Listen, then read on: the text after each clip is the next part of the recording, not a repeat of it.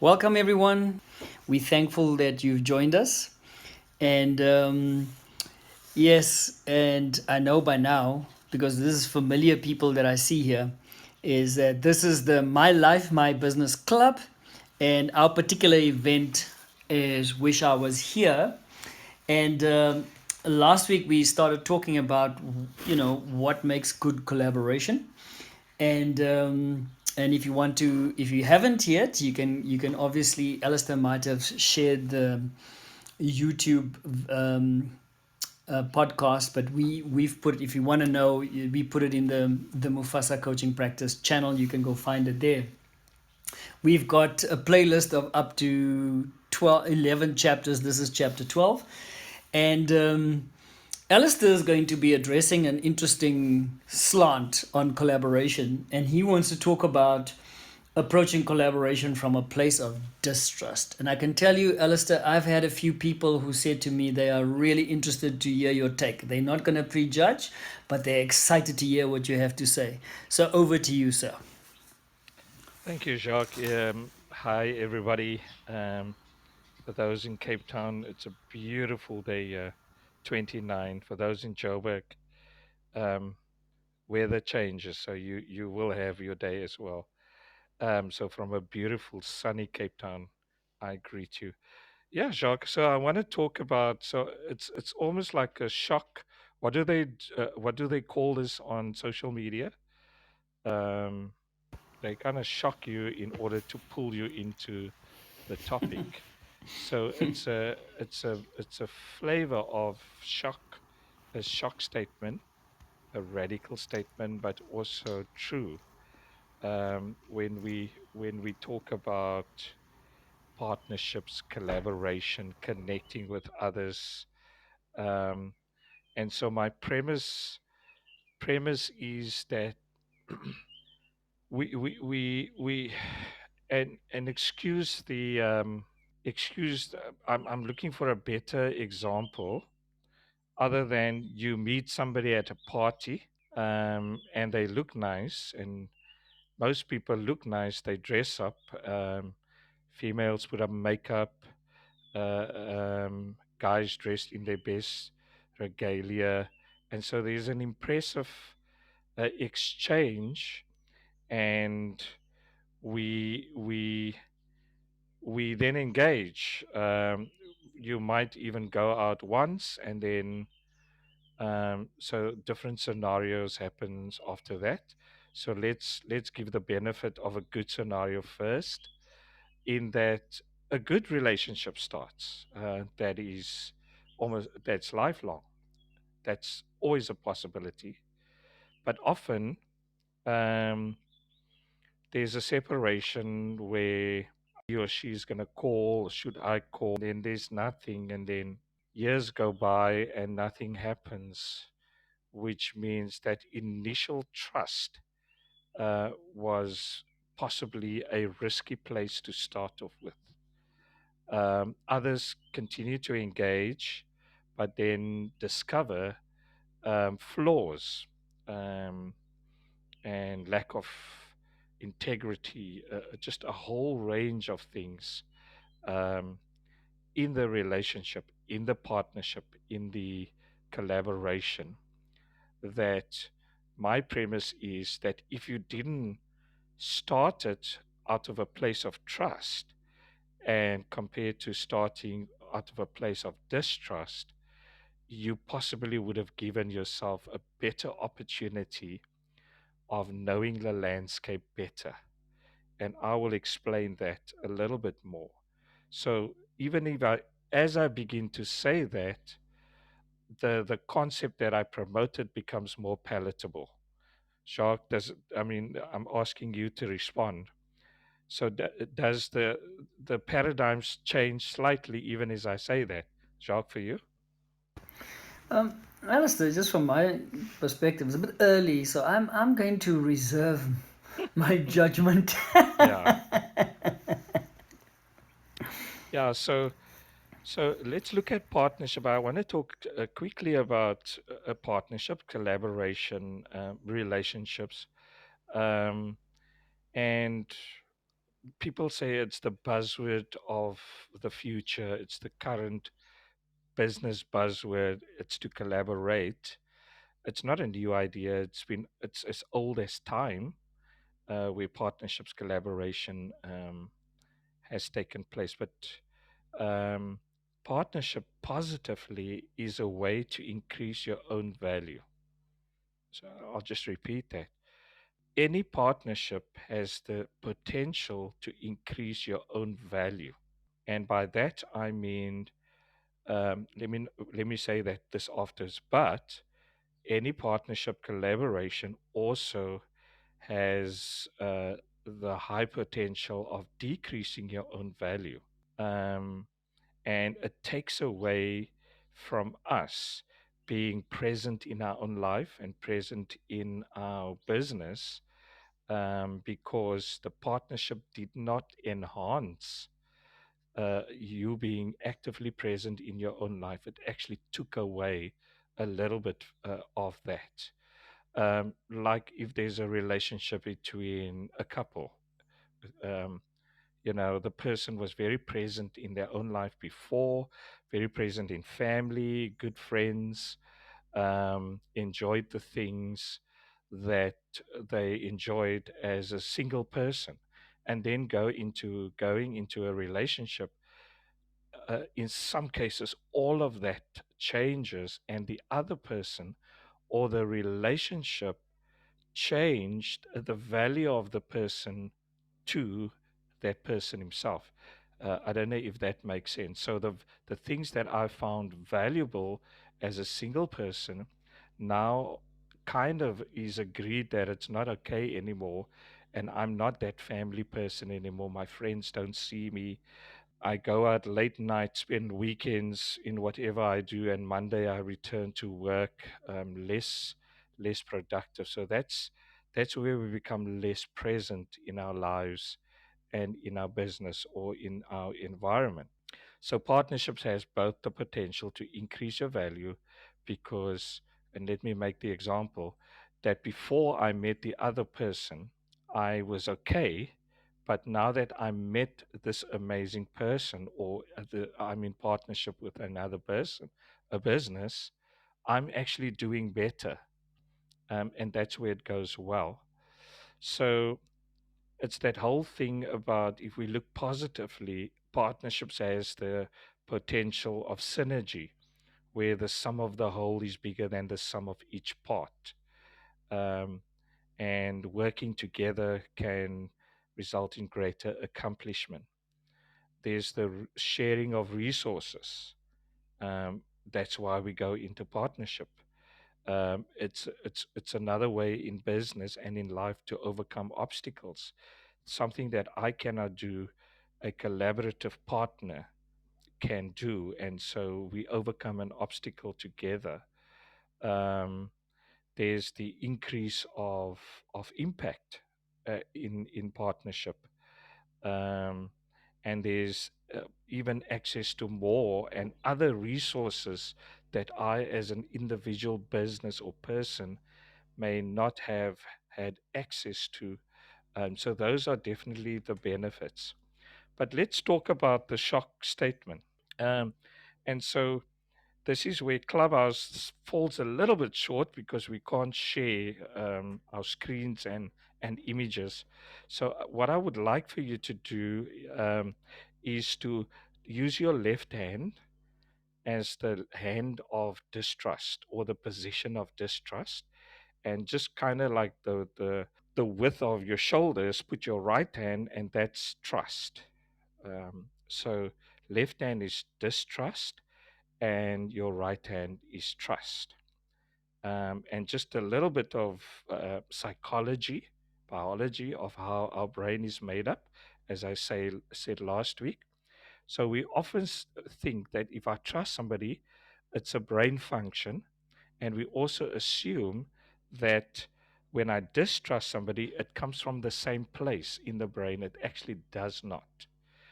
Uh, so if you look at the front of your head, your forehead, kind of there, up a little bit up there, where most of our fringes sit, that's what they call the prefrontal cortex. It's that place, part of the brain that where we trust from.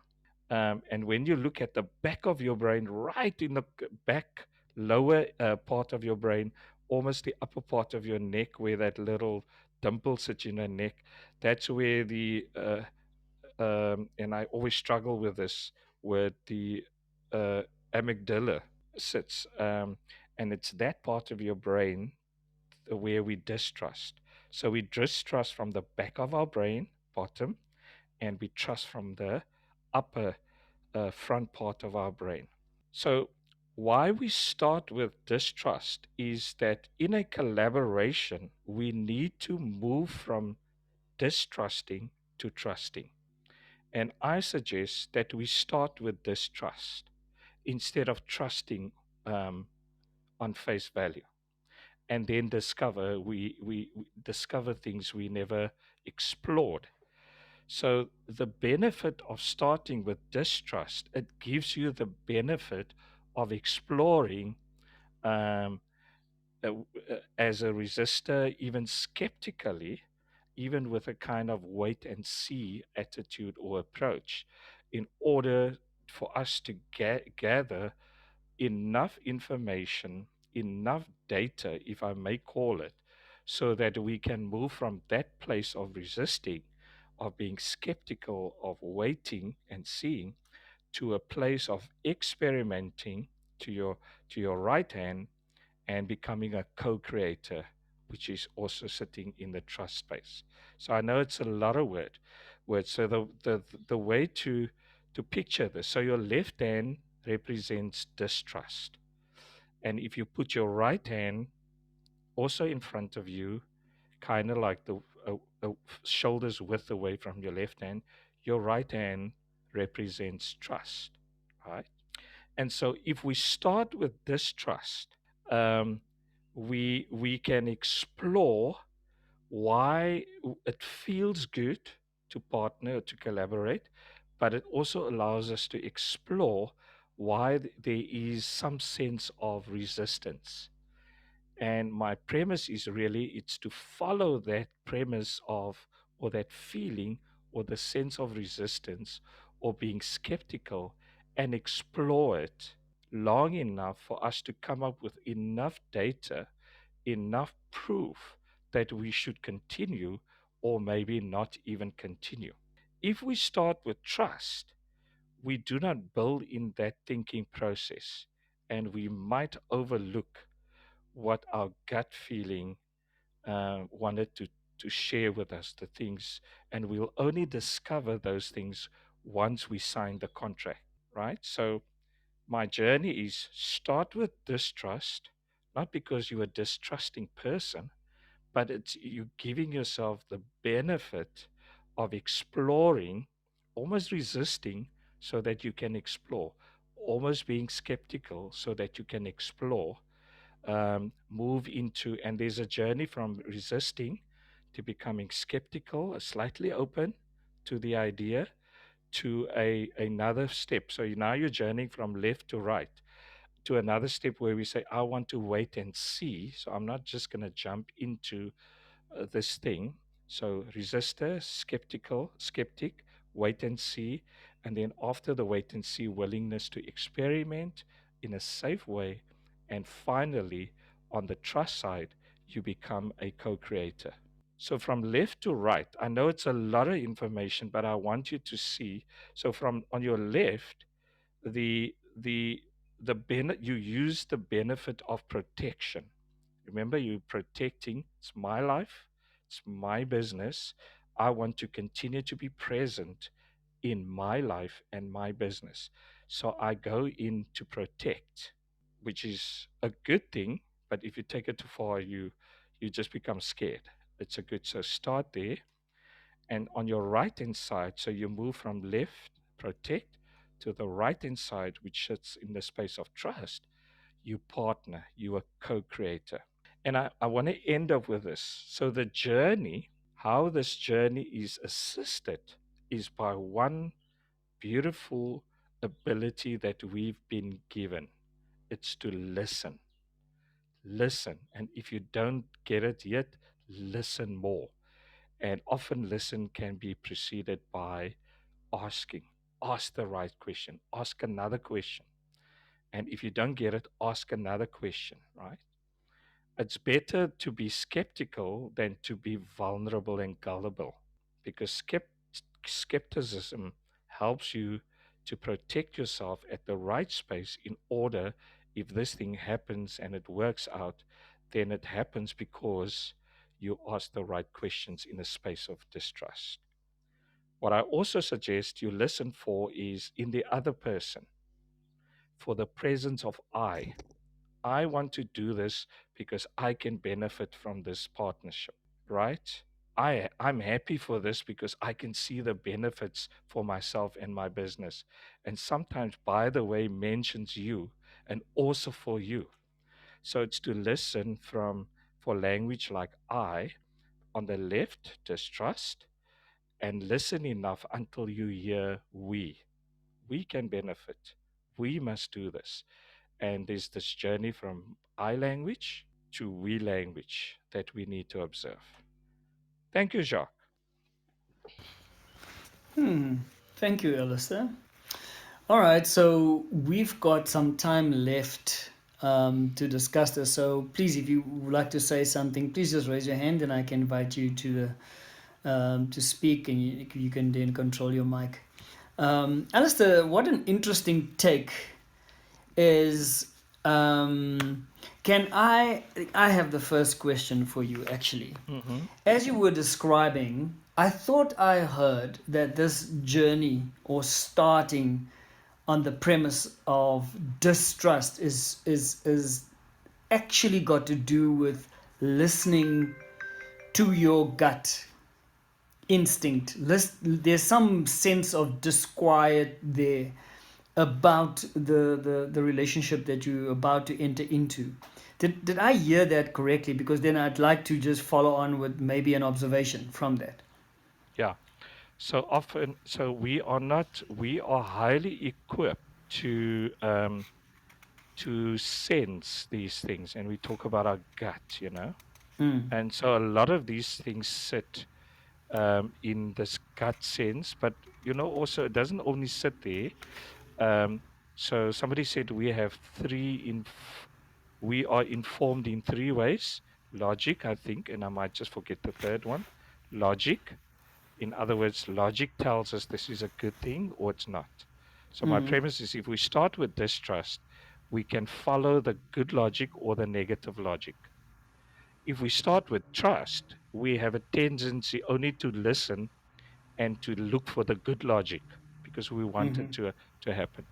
The other Mm-hmm. informer is our gut, um, that gut feeling. That also informs us. You just know that you know. And then the other informer is that emotional.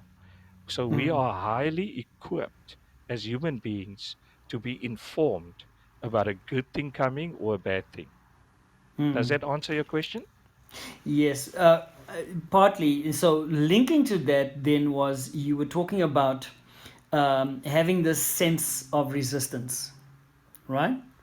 So what I heard, Alistair, is that the context or the scenario is when there's a sense of resistance.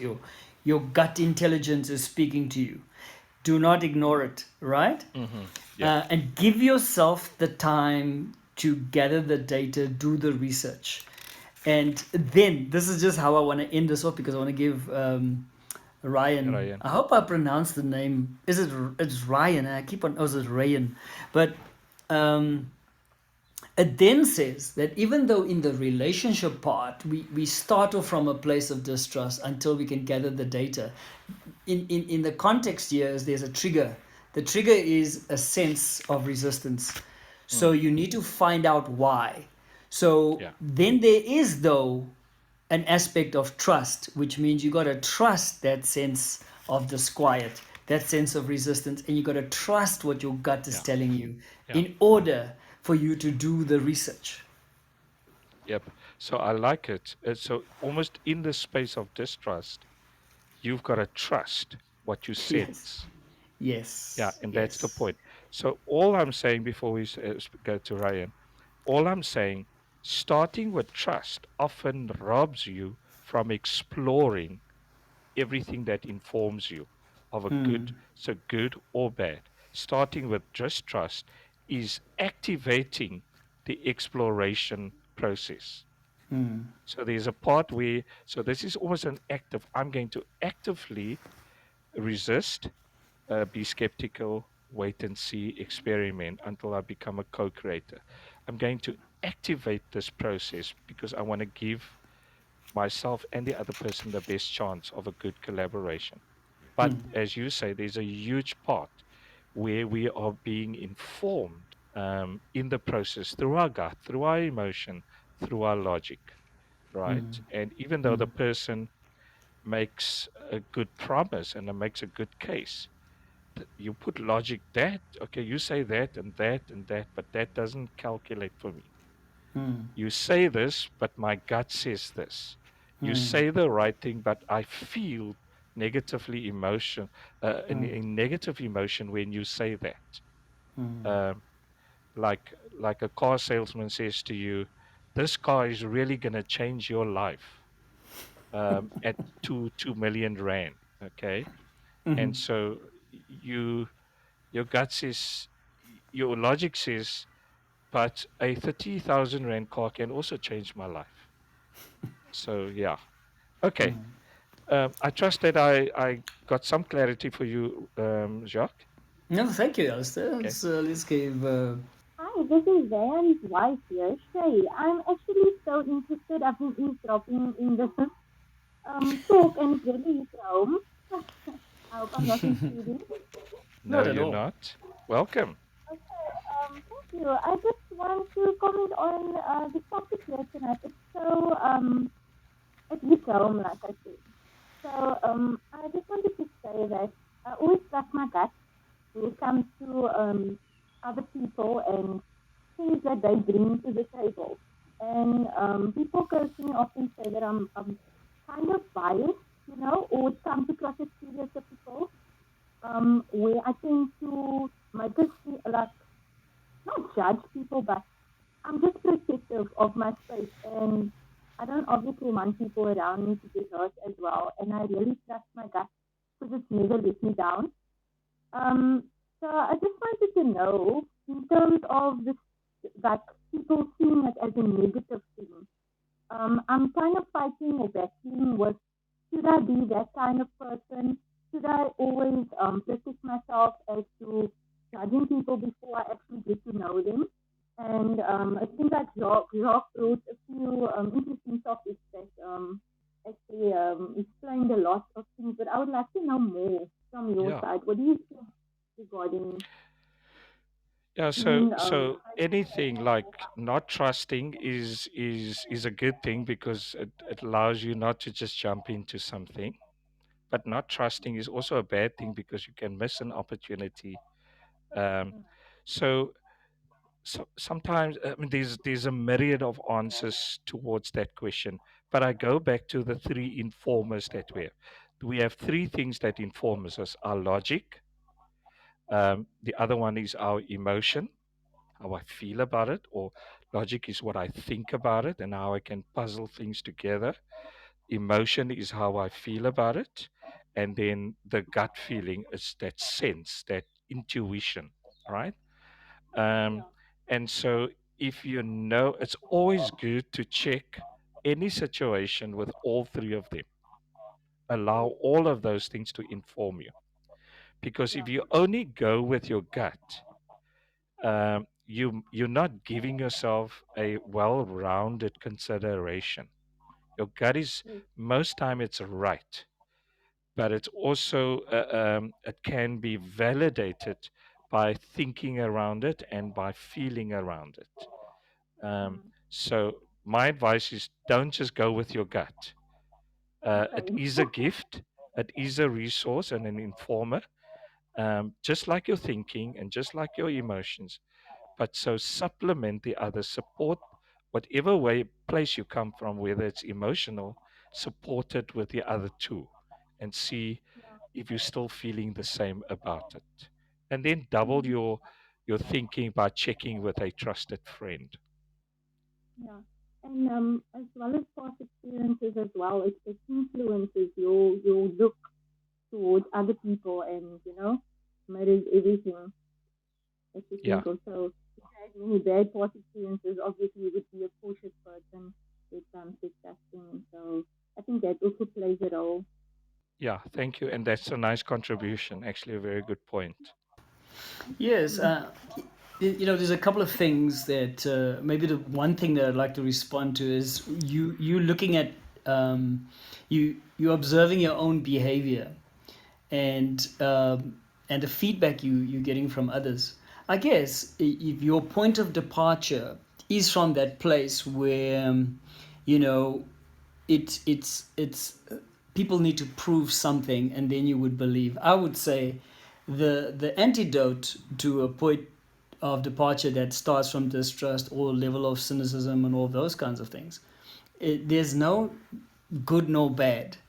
It is really, if you know it's there, then the antidote is how curious are you to test that which you are sensing, feeling, and testing your point of departure. And I think as long as you are open to test it, as Alistair says, through logic, through what are you feeling, uh, and basing it on something, that gather of intelligence and data is so important, and the all-rounded, the ability to inform yourself. So it's the same thing on the flip side.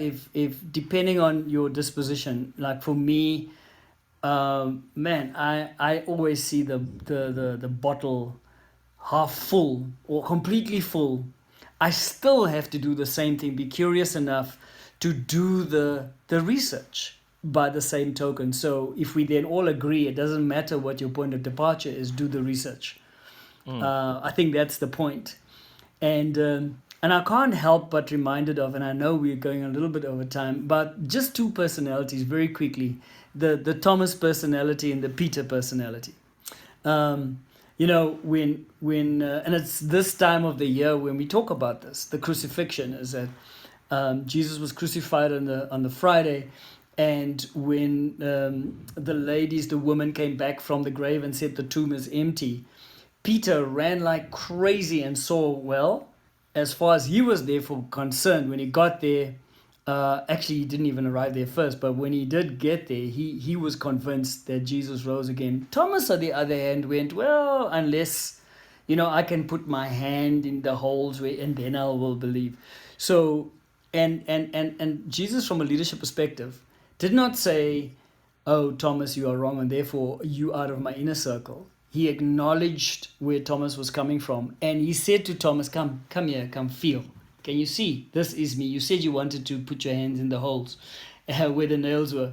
And he accommodated that. And I guess for me, it is when you think about yourself, it is accommodate all that you are. Doesn't matter what your point of departure is. And that's just what I wanted to respond to, Alistair. Thank you, Jacques. And we are aware that we're 2 minutes over our time. And we thank you for guys for coming. Jacques, any idea what you would be talking about next week? Something sparked here. No pressure. If the answer is no, Well, not yet, but we're not meeting next week. Next week is Easter Monday. It's a public holiday. So it's the oh, following week. Yes. then okay, gives you 2 weeks to think. It But gives thank me you. 2 weeks to think. Yeah, Yes. yeah. So guys, here's an example. I'll end with this. Jacques and I know each other. Jacques and I are he's in Joburg, I'm in Cape Town. We saw each other in life.